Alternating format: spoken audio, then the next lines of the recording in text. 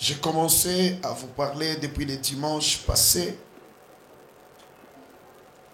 sur un point très important. Le thème central, c'est avec Dieu, nous ferons des exploits. Et depuis la Pentecôte, je suis en train de développer une pensée où j'ai cherché à vous faire voir comment était la vie des disciples avant la Pentecôte, en m'appuyant sur l'exemple d'un apôtre, Paul, Pierre. Comment il s'était comporté avant la Pentecôte. J'ai essayé d'expliquer c'est quoi la vie avant la Pentecôte. Une vie fondée sous la loi. Et j'ai commencé à vous parler sur la vie après la Pentecôte. Je suis allé trop loin au point de vous amener à comprendre la différence entre les résultats que la Pentecôte a produit chez les apôtres et ce que nous voyons aujourd'hui dans notre vie. J'avais souligné un point important qui nous différenciait des apôtres. Je vous avais dit, le premier point est que ils rendaient témoignage tous les jours, dans des maisons et partout. La Bible dit, voilà pourquoi une forte grâce se reposa sur eux. Deuxième élément, je vous avais dit que c'était, ils ne pouvaient rien faire sans demander l'orientation du Saint-Esprit. Chose qui a fait à ce que le résultat des apôtres soit incontestable. Alors, la troisième partie du message, j'étais en train de vous parler sur il n'y a pas d'église sans le Saint-Esprit. C'est l'église, c'est le Saint-Esprit qui est venu annoncer l'heure de l'église. Et pour bien l'expliquer, j'ai touché l'église primitive. C'est cette église qui avait reçu le Saint-Esprit. Et l'église a commencé avec les apôtres. Alors, nous d'aujourd'hui, qui faisons la suite logique des bénéfices de la Pentecôte, les modèles de la première église, de cette première église, et nous qui vivons aujourd'hui, quelle est la différence? Et qu'est-ce que nous devons apprendre des apôtres? Voilà, ça m'a poussé à vous parler sur le caractère qui a distingué l'église primitive par rapport à d'autres religions. Je vais faire la suite. Je vous avais dit, l'église primitive avait connu beaucoup de difficultés, beaucoup de problèmes. Et cela, j'avais énuméré pendant 3 siècles environ. L'église était persécutée sérieusement, de plus que d'autres religions. L'église des apôtres était sérieusement persécutée. Pourquoi? Il y a des raisons bibliques et des raisons que j'ai dénichées en lisant la Bible. Amen. On parlait de la persécution. La Bible nous parle de la persécution. Mais quand j'ai essayé de bien regarder, moi j'ai tiré une conclusion disant que d'une part, c'était aussi la volonté de Dieu pour créer la promotion de l'église dans la dimension évangélique. Que l'évangile se répande, puisque la promesse que Dieu avait donnée à l'église, aux apôtres, Jésus-Christ a dit, lorsque le Saint-Esprit, lorsque une force descendra sur vous, le Saint-Esprit surviendra sur vous. Vous serez mes témoins, écoutez bien, en Jérusalem, en Judée, dans la Samarie jusqu'aux extrémités de la terre. Mais quand la Pentecôte est venue, les apôtres, il y en a d'ailleurs parmi les pionniers, parmi les leaders des apôtres là-bas, à l'exemple de Pierre, c'était un pécheur. Quand la Pentecôte était venue, la Pentecôte les a distingués. Et ça a attiré une très grande promotion à l'église. Une église de 120 personnes en une journée est partie de 120 personnes à 3000 âmes gagnées. La croissance était tellement rapide au point où quand il y a eu 3000 personnes, l'église, la première église, ne vivait pas comme nous vivons. Tous ces gens-là qui étaient sauvés, ils se sont mis à un endroit et ils se partageaient leurs biens en signe de communion fraternelle. Voilà pourquoi la Bible dit dans Actes des Apôtres, chapitre 2, vous commencez à partir du 38e verset, 40e verset. Ils persévéraient dans les enseignements 40, 41, 42. Amen. Dans les enseignements des apôtres, dans la fraction des pains, cette persévérance-là, ils étaient tous ensemble tels que nous sommes là. Tels que nous sommes là, on vit ici, nos biens ici, mes habits, l'autre peut le porter, l'autre. Donc ils étaient comme ça, il n'y avait pas de conflit. Amen. Alors, pendant qu'ils se sont mis ensemble pour commencer l'église, selon mon observation, c'est comme qui dirait les apôtres, ils s'intéressaient de tout. Quand on donne à manger, c'est eux qui partageaient. Quand on donne quelque chose, c'est eux qui partageaient. Mais quand ils ont remarqué l'abondance, ils se sont dit, nous devons nous retirer. C'est d'où est venue maintenant la position des diacres. Ils se sont dit, à notre niveau, nous avons une très grande responsabilité. Alors nous devons rester. Faisons deux choses régulièrement. Nous nous concentrons à la lecture. Deuxième chose, nous nous concentrons à la prière. J'ouvre une parenthèse, chose que l'église actuelle ne fait pas. Amener leurs leaders dans le repos ministériel. Ça veut dire les laisser à faire ce qui est important pour eux. Les apôtres pendant cette période n'avaient pas le temps de réfléchir. Je vais manger quoi? Je vais m'habiller comment? Puisqu'il y avait la présence de l'abondance. Cette abondance n'a pas entraîné les apôtres. Ce confort-là n'a pas détruit la mission des apôtres. Par contre, quand il y a eu la présence du confort, le Saint-Esprit a aidé aux apôtres de se retirer de ce confort-là et de rester à ce qui a attiré le confort. Ce qui veut dire la lecture de la parole et une prière intense. Chose que je vous ai toujours dit. Avant de se présenter devant le peuple, les sacrificateurs ou les serviteurs ou les pasteurs doivent se présenter d'abord auprès du Dieu qui connaît qu'est-ce qu'il veut dire à ce peuple. Alors les apôtres étaient devenus tellement puissants puisqu'ils avaient tout le temps de prier. Il y a des gens qui prient quand ils ont l'espace de prière. Il y a des gens qui prient quand ils se disent « Or les apôtres, à cause de cette abondance, ils ne se sont pas attachés à l'abondance. Et ce que je voulais vous dire là, c'est quoi? L'abondance a étouffé la vision que Christ avait laissée aux apôtres. Ils ont oublié que les témoignages devaient commencer à Jérusalem, en Judée, à Samarie jusqu'à Lubumbashi. Mais quand l'abondance était venue, ils sont restés dans le confort, enfermés là-bas.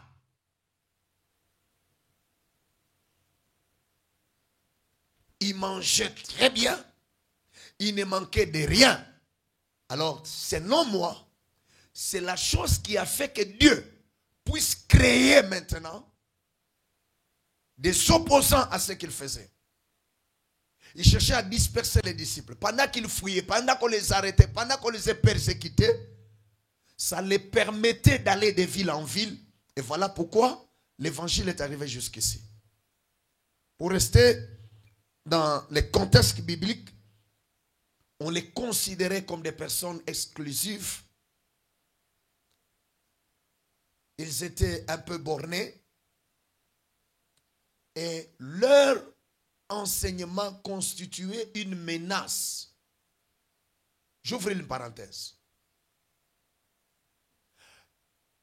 La vie chrétienne est une vie importée.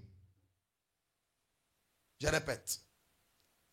Voilà pourquoi, comme c'est une vie, ça doit se vivre pour que ça soit réellement une vie. C'est une vie qui ne vient pas de la compréhension de l'homme. C'est une vie qui n'est pas fabriquée par l'intelligence des hommes. C'est une vie qui est venue menacer la culture des hommes. La culture juive était menacée par la culture importée du ciel. La chrétienté est une culture importée du ciel et il n'y a que celui qui est chrétien qui peut le vivre sur la terre. Si on nous posait la question, quelle est notre culture? Nous avons la culture chrétienne qui constituait une menace à d'autres cultures. Puisque là où on pouvait avoir deux femmes, et c'est une seule femme. Là où tout le monde pouvait voler, et ne pouvait pas. Là où tout le monde pouvait adorer les souverains, les empereurs, mais eux ne pouvaient pas fléchir leurs genoux, puisque leurs genoux étaient réservés au Créateur. Cette culture est devenue comme une menace même à l'autorité du souverain. Voilà pourquoi tous les souverains digéraient très mal les caractères chrétiens, la mentalité des chrétiens. Gloire au Seigneur. Alors le premier point que j'avais développé, je vous avais dit, c'était le dimanche passé, où je vous avais dit l'église primitive était multiraciale. Et elle expérimentait une unité stupéfiante par-dessus la distinction ethnique. Premièrement, dans l'église primitive, le racisme n'existait pas. Le tribalisme n'existait pas. Il n'y avait pas un problème ethnique dans leur église. La seule chose qui les intéressait, nous sommes des chrétiens. C'était une église des chrétiens.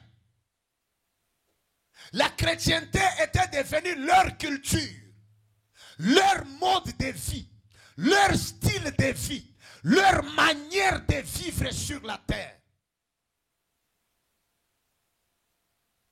Ils ne pouvaient pas regarder que ceux-là sont des gentils, les autres sont des Samaritains, les autres sont des maîtres. Ils n'avaient même pas le temps de regarder. Non, non, non, celui-ci est de Mésopotamie. Il regarde quelqu'un qui est là au coin de non, celui-là est de Grèce. L'autre là, il est de Jérusalem. Bon, comme il est de Jérusalem, c'est notre frère. Dimanche passé, je vous avais dit, essayons de prendre les bonnes choses qui étaient dans cette église, puisque ce sont eux le premier bénéficiaire des acquis de la Pentecôte. Et nous faisons la suite de ce qu'eux ont reçu. Parce que nous, on n'écrit rien. La plupart d'inspirations, Dieu les avait données. Nous prêchons ce que Dieu les avait donné. Nous annonçons ce qu'eux ont annoncé. Nous n'avons pas d'autres références si ce n'est les références que les apôtres ont reçues. Notre fondement de la foi est fondé sur les enseignements des apôtres. Je n'ai pas d'autre enseignement que je peux donner si ce n'est ce que les apôtres ont donné. Et la Bible nous met même des limites. Si quelqu'un d'autre vous venez vous enseigner une autre doctrine que ce que je vous enseigne, qu'il soit mis en Athènes, c'est-à-dire, il mérite un grand respect, même dans ce que nous faisons. Nous n'avons pas le droit, à cause de la technologie, à cause de l'évolution du monde, nous n'avons pas le droit de bafouer ce que les apôtres ont fait. Là, nous entendons même qu'il y a des gens qui disent Biloko nous se changé, quand la Bible dit ont changé.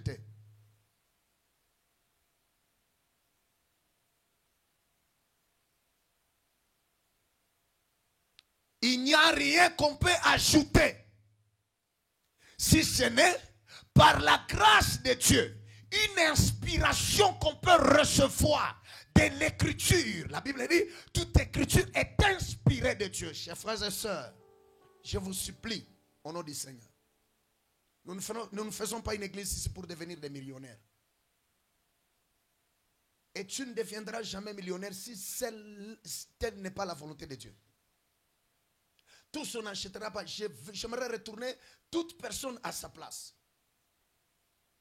Tous on n'aura pas de véhicule dans cette église. Tous on ne construira pas de maisons. Si je dis que tous on va construire des maisons, qu'est-ce qui me prouve que tous on va construire? Puisque Dieu ne m'a pas dit sur la vie de chaque personne. Il y a des gens parmi nous, ils mourront locataires. Cela ne veut pas dire que Dieu n'est pas puissant. Il y a des gens parmi nous, s'il achète seulement une maison aujourd'hui, 2 jours après, il fait un rêve, Dieu lui dit, va me donner cette maison. Il donne à Dieu, puisque lui n'a pas le droit d'avoir sa propre maison. Il y a des gens jusqu'à ce qu'ils quitteront ce monde. Ils deviendront notre exemple de monter les bus. Quand on cherchera les exemples de ceux-là qui souffrent dans des bus, lui va nous expliquer. Dans ce monde, il y a des gens qui ont Dieu. Et ils sont heureux à cause de la braise. Pendant que d'autres personnes parmi nous, s'ils trouvent juste un sac de braise dans sa parcelle dont tu ne connais pas qui a amené ça, il appelle le pasteur. Il dit, Makala ni bouloge, ni bintu biouch. Awez kuzi shabintu biouch. Il y a des gens qui ont construit des maisons avec la braise. Ce que toi tu appelles malédiction, c'est une bénédiction pour les autres. S'il vous plaît, est-ce que je peux vous parler? Vous savez, à l'église, nous commençons à négliger des choses puisque les gens pensent que nos vies sont uniformisées. Si un sac de farine n'est pas un miracle pour toi, va dans une famille où ils ont 2 ans, ils n'ont jamais acheté un sac de farine. Ils te diront que c'est un miracle. C'est que tu t'es déjà habitué. Il y a d'autres personnes, pour eux, c'est un miracle extraordinaire. Et ils reconnaissent la grandeur de Dieu dans un sac de farine. Église, nous avons un comportement très bizarre qui n'est pas le comportement des chrétiens. Il y a même des chrétiens à la fin de l'année, ils se disent, on nous a dit c'est avec Dieu. On ne m'a pas épousé comment? Est-ce que tu parles avec la voix que toi-même tu as fabriquée? Pourquoi ne pas rendre grâce à Dieu à cause de la vie que tu as? Mais tu désires avoir la nourriture et les vêtements. Tu veux reconnaître la grandeur de Dieu dans la nourriture et dans les vêtements. La vie n'est-elle pas plus précieuse que la nourriture? Le corps n'est pas précieux de plus que les vêtements. Voilà la vraie foi chrétienne. Je ne suis pas chrétien pour les vêtements. Regardez-moi bien. Est-ce que la veste que j'ai mise, c'est ce que j'avais mis le dimanche passé? Mais j'aimerais vous scandaliser que le même corps qui a mis la veste là l'autre dimanche, c'est le même corps qui a porté ça. Et le dimanche prochain, je peux porter une autre veste, mais avec le même corps. Qu'est-ce qui est précieux devant Dieu? C'est le corps ou c'est les vêtements? Chrétiens, vous comprenez mal les choses. Pourquoi ne pas dire merci à Dieu puisque ton corps est en bonne santé? Mais toi, tu dis merci quand tu as de nouveaux vêtements. Tu ne connais pas Dieu. Puisque les vêtements sont fabriqués par les hommes, mais le corps est fabriqué par Dieu. J'aimerais qu'on soit une bonne église de véritables chrétiens. Nous sommes là pour la vie éternelle.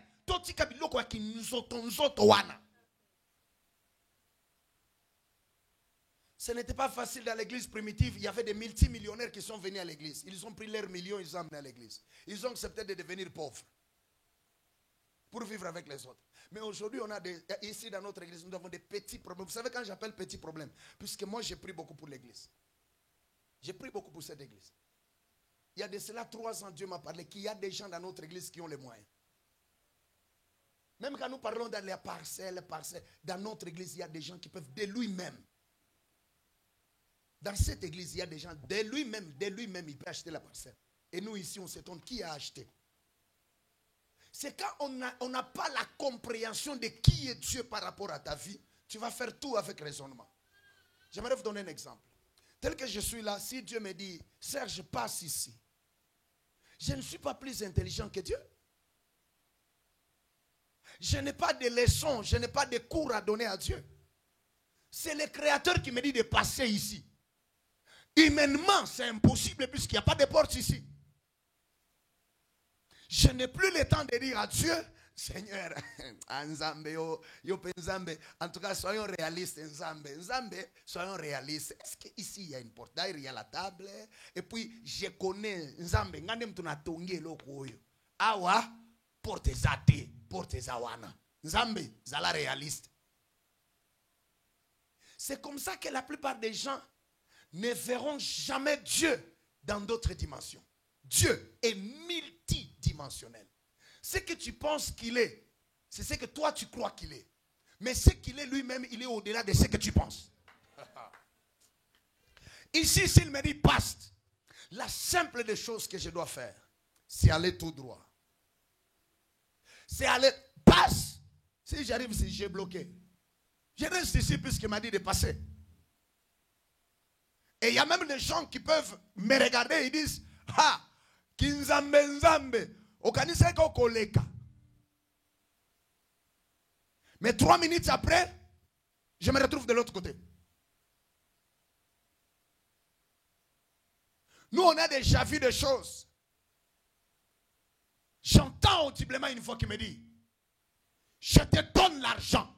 Je te donne c'est quand? C'est bien conjugué, non? C'est quand? Je te donne l'argent. Et je sens même l'odeur de l'argent. Après 2 heures, l'odeur de l'argent disparaît. Et je ne vois rien. Pour celui qui ne connaît pas Dieu, il dit Dieu n'a rien donné. Or Dieu a 2 façons de donner. Tout ce qui vient de Dieu ne se reçoit pas d'abord avec les mains. Ce qui vient de Dieu, on le reçoit avec le cœur. Ça se manifeste. Question. Dieu avait donné, Dieu n'avait pas donné.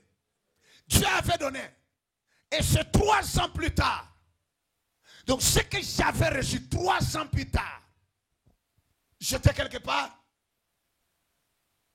Quelqu'un me donne l'argent. Depuis na pasteur na simba mbongo aboyete. Quelqu'un me donne l'argent. J'appelle Maman Gina. Maman Gina, j'ai l'argent. Maman dit, chérie, c'est quoi? Je dis, j'ai l'argent. Chérie, j'ai l'argent. J'ai l'argent. J'ai trouvé l'argent. Dieu m'a donné l'argent. Chérie, Dieu m'a donné l'argent. Je dis, combien? Je dis, yes, on a ça.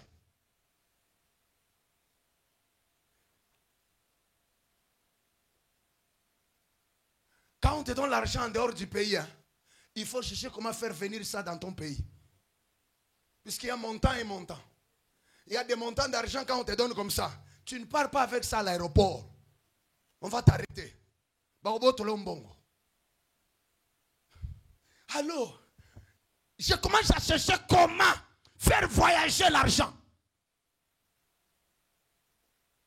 Je ne cherche pas comment je vais voyager, mais comment faire voyager l'argent. Quand Dieu dit, il dit. Jusque maintenant, je continue à prier, Seigneur. Tu m'avais fait goûter seulement une fois. Est-ce que tu ne peux pas encore? Il dit, petit, prêche. Petit, prêche. Petit, prêche. Voilà pourquoi je prêche la vérité. Et je n'ai pas le temps de flatter les gens. Puisque je sais que quand je dis la vérité, le cœur de mon roi est content. Un jour, il va activer comme il avait activé là.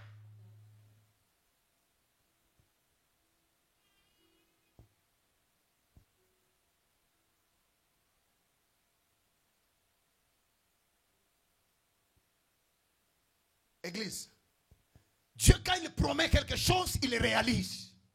Si c'est une année d'exploit, c'est une année d'exploit. Est-ce que toi, tu connais les Français de plus que Dieu? Quand Dieu dit, avec moi, vous là, cette église, vous ferez des exploits. Papa, et talingate. Ce n'est pas moi qui dois commencer à vous dire, frère, dis-moi kaka. Dieu, on ne le défend jamais. C'est lui qui nous défend. C'est pas moi qui dois venir défendre Dieu ici. Alléluia. Église. J'ai même vu quelqu'un qui dit, Dieu va opérer des miracles, mais il donne lui-même l'argent à la personne pour que la personne témoigne. Ce n'est pas un miracle ça, c'est fabriqué de toutes pièces. Si Dieu a dit que cette année est une année d'exploit, ce n'est pas à nous d'agir. C'est à nous de faire la volonté de Dieu. Et dans sa volonté, Dieu réalisera ses exploits. Est-ce que je peux toucher le deuxième point? Puisque là, je suis en train de vous rappeler que Dieu vous bénisse. Est-ce que quelqu'un entend ces choses? Même si tu ne dis pas amen, même si tu ne sautes pas, je suis ici pour la vie. Je ne suis pas ici pour que quelqu'un... Hein? J'avais un enfant ici dans l'église, un petit garçon, tout petit comme ça.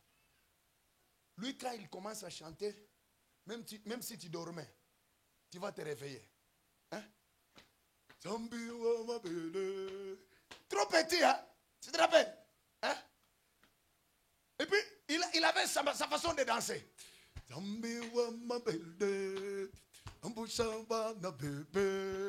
Et même des grandes personnes. Ça ne donnait pas la vie.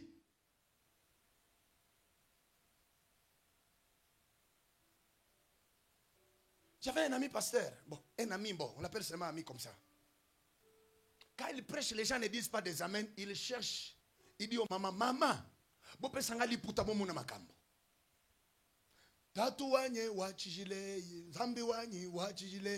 prend le pagne, il met maintenant là-bas. Si vous ne donnez pas le pagne, il enlève sa veste. Il met ici. Il commence maintenant à danser. Quand il danse comme ça, les mamans dans l'église, quand ils voient les pasteurs en train de danser comme ça, ils prennent de 2000 francs, de 10 000 francs, de 20 000 francs, ils lui donnent. Et puis, stratégie boy.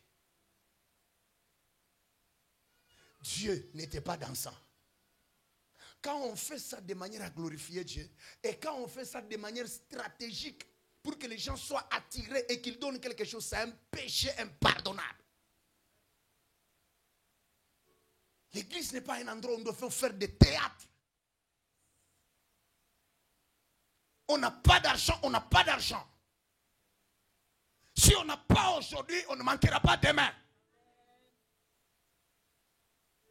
Si nous manquons toute une semaine, ce n'est pas toute une vie qu'on va manquer. Nous sommes patients.